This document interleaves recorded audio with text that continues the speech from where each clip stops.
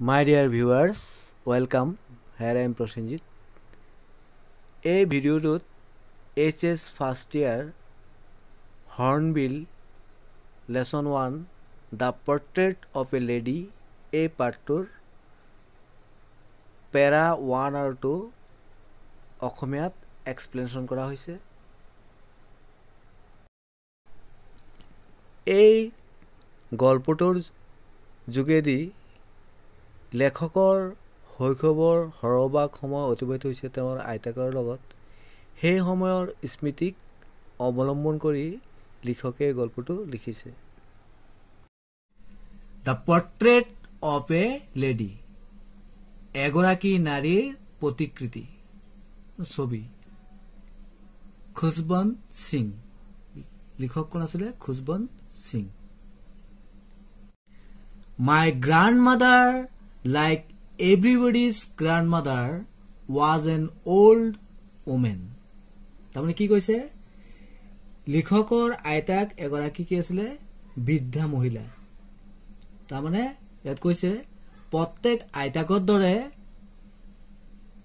আমাৰ লিখকৰ আইতাক এগৰাকী was an old woman, মানে এগৰাকী বৃদ্ধা মহিলা আছিল।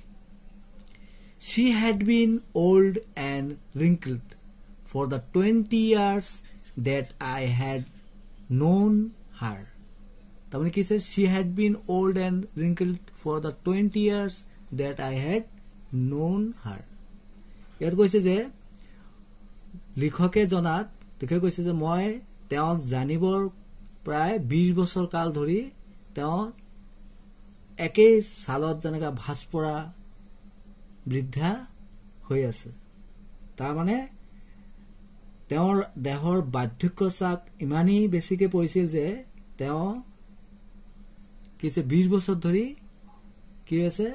তেওঁৰ ছালবোৰ ভাঁজ খাই আছে, কোচ খাই গৈছে।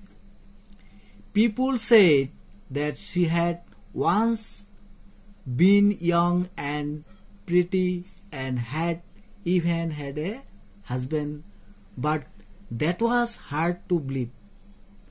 তাৰমানে কি? পিপুল সেড, মানে মানুহে কৈছিল যে এসময়ত তেওঁ ধুনীয়া আছিল আৰু আনে নালাগে তেওঁৰ এজন গিৰিয়েকো আছিল, কিন্তু সেই কথা বিশ্বাস কৰিবলৈ টান লাগে।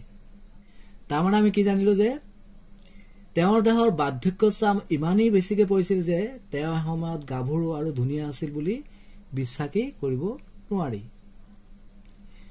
My grandfather's portrait hung above the mantelpiece in the drawing room. আৰু কি আছে? আৰু কি কৈছে যে সেই বৈঠকখনৰ জুই হলাৰ ওপৰত মোৰ ককা দেউতাৰ ছবিখনো কি আছে? ওলমি আছে। হাং মানে ওলমি আছে। তাৰমানে লিখকৰ ককা দেউতাৰ ছবিও ওলমাই থোৱা আছে দেৱালত।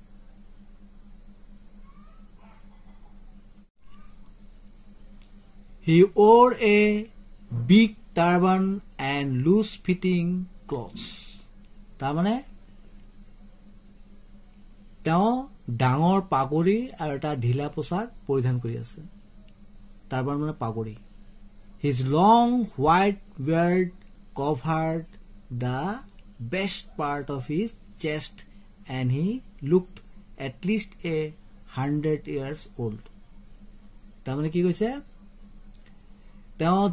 তেওঁৰ দীঘল বগা দাড়িকোছাই বুকুখন বেছিভাগেই ঠাই ঢাকি ৰাখিছে আৰু দেখিবলৈ তেওঁক অতি কমেও 100 বছৰীয়া বুঢ়া যেন লাগে। He did not look the sort of person who would have a wife or children. তাৰমানে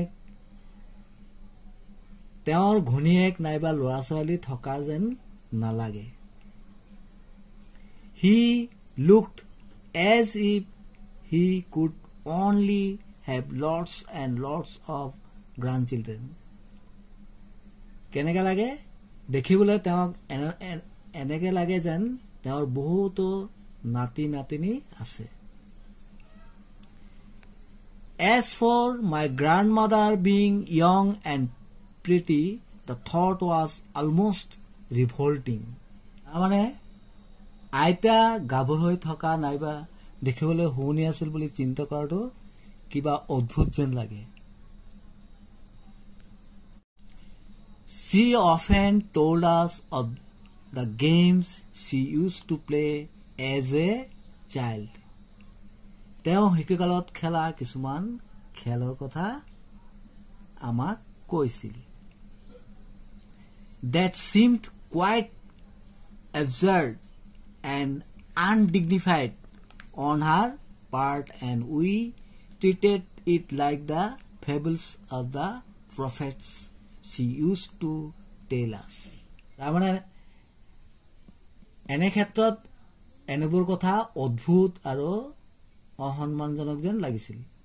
এনেবোৰ কথা তেওঁ আমাক মহাপুৰুষৰ বিষয়ে কোৱা ৰূপ কথাবোৰৰ নিচিনা লাগিছিল। তাৰমানে এনেদৰে লিখকৰ আইতাকে যেতিয়া ল'ৰালি খেল ধেমালিৰ কথা কয় সেয়া শুনিবলৈ অদ্ভুত যেন লাগে। এনেকুৱা লাগে যেন আইতাকে অকণিহঁতক কোনো মহাপুৰুষৰ সাধু কথা কৈ আছে। এই পেৰাগ্ৰাফটোৰ পৰা আমি বুজিলো যে প্ৰত্যেক লোকৰ দৰে লেখকৰ আইতাকৰ এগৰাকী বৃদ্ধা মহিলা আছিল। বিগত 20 বছৰত লিখকে তেওঁৰ একেটা বাৰ্ধক্য অৱস্থাতে প্ৰত্যক্ষ কৰি আহিছিল। মানুহবোৰে কৈছিল যে এসময়ত তেওঁ গাভৰু আৰু ধুনীয়া আছিল আৰু তেওঁৰ এজন গৃহকো আছিল, কিন্তু সেই কথা বিশ্বাস কৰিবলৈ টান লাগে। লিখকে কৈছে যে তাৰ ককাদেউৰ ছবিখনো তাত ওলমি আছিল। তেওঁৰ মূৰত এটা ডাঙৰ পাগৰি আৰু গাত আহল বহল ঢিলা সাজ পৰিধান কৰিছিল। তেওঁৰ বগা দীঘল দাড়ি কোচাই বক্ষস্থলৰ অধিকাংশ ঢাকি ৰাখিছিল আৰু দেখিবলৈ তেওঁ কমেও 100 বছৰীয়া লোক যেন লাগিছিল। দেখিবলৈ তেওঁ ঘনীয়েকৰ নাইবা ল'ৰা ছোৱালী থকা লোক যেন নালাগিছিল। এনে লাগিছিল যেন তেওঁৰ বহুতো নাতি নাতিনী থাকিব পাৰে। মোৰ আইতা গাভৰু হৈ থকা নাইবা দেখিবলৈ শুনি বোলা কথাবোৰ ভাবিবলৈ অদ্ভুত যেন লাগিছিল বুলি লিখকে কৈছিল। লিখকৰ আইতাকে শিশুকালত খেলবোৰ কথা প্ৰায় শুনাইছিল। তেওঁৰ পক্ষে এনেবোৰ কাহিনী কোৱা কিবা অদ্ভুত ধৰণৰ আৰু হীন ধৰণৰ যেন লাগিছিল। সেইবোৰ কাহিনী তেওঁ মহাপুৰুষসকলৰ বিষয়ে যেন লিখকক কোৱা ৰূপে কথাবোৰ দৰেই গণ্য কৰিছিল। My dear students, let us know about this paragraph in English. The writer's grandmother was an old woman. She was like everybody's grandmother. The writer knew her for 20 years in the same physical condition. Her face was covered with wrinkles. It was said that once she had been pretty and even she had a husband. The writer found that hard to believe. The portrait of the writer's grandfather hung above the mantelpiece in the drawing room. The grandfather wore a big turban and loose-fitting clothes.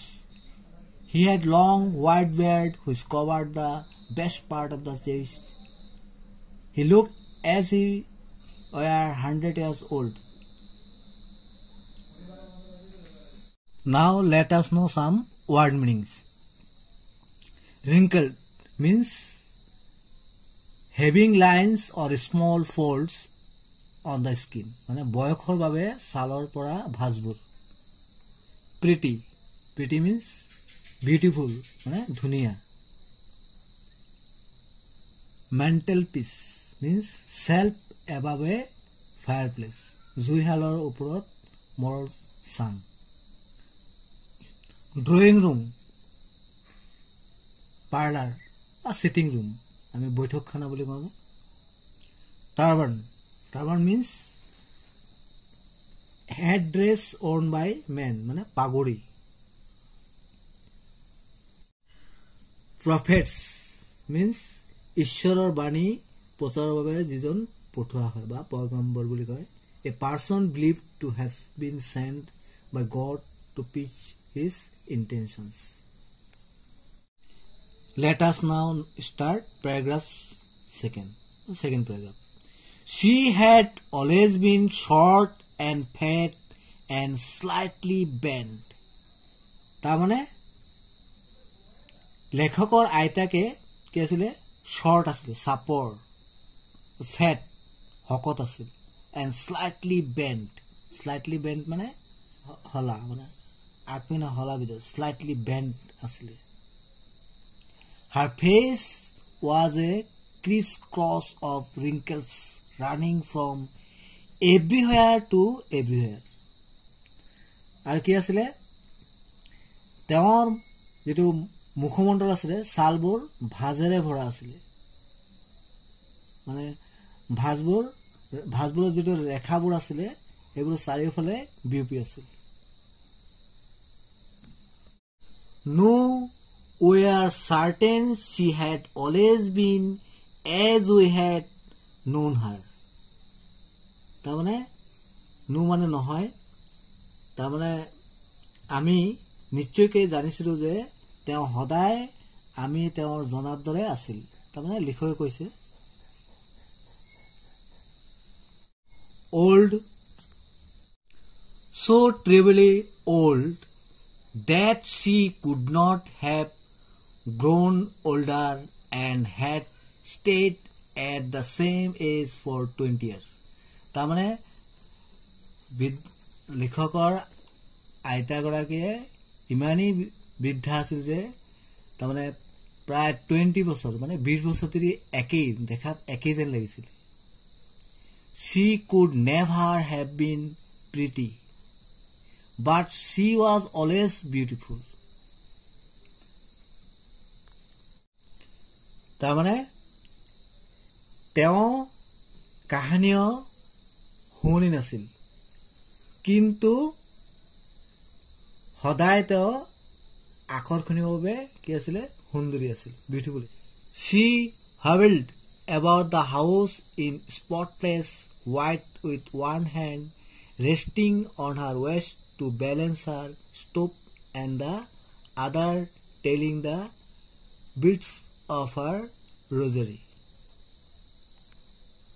তাৰমানে তেওঁ বেকা হৈ খোজকাঢ়া সময়ত দেহৰ মানে balance মানে ভাৰসাম্যতা ৰক্ষা কৰিবলৈ এখন হাত কঁকালৰ ওপৰত ৰাখে.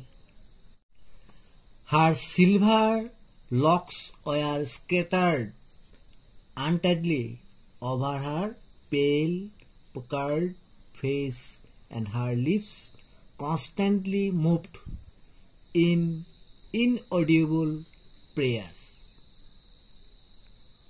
তাৰমানে তেওঁ বগা আৰু নিকা কাপোৰ পিন্ধে আৰু জপমালা হাতত লৈ মন্ত্ৰ মাতি থাকে. Yes, she was beautiful. হয় তেওঁ ধুনীয়া আছিল. She was like the winter landscape in the mountains, an expanse of pure white serenity, breathing peace and contentment. তাৰমানে কি কৈছে শীতকালৰ পাহাৰবোৰৰ মাজত বিৰাজ কৰা পবিত্ৰ শুভ্ৰতাৰ বিশালতাৰ দৰে তেওঁ পৰিতৃপ্ত মনৰ লোক আছিল. From the second paragraph, we come to know that Khushban Singh's grandmother was a short lady. She was fat and slightly bent. She had a wrinkled face. She looked very old. She looked the same for 20 years. She couldn't walk straight. She hobbled about the house in spotless white clothes. She had to keep her one hand on her waist. Just to balance her stove, she held a rosary in the other hand. She was always telling the beads. Her silver locks scattered over her pale face. Her lips constantly moved. She always prayed to herself. She gave a picture of peace and contentment. Now let us know some word meaning. Beautiful মানে ধুনিয়া. Inaudible. Inaudible means that which cannot be heard. মানে শুনিবলৈ নোপোৱা, মানে যিটো শুনিব পোৱা নাযায়.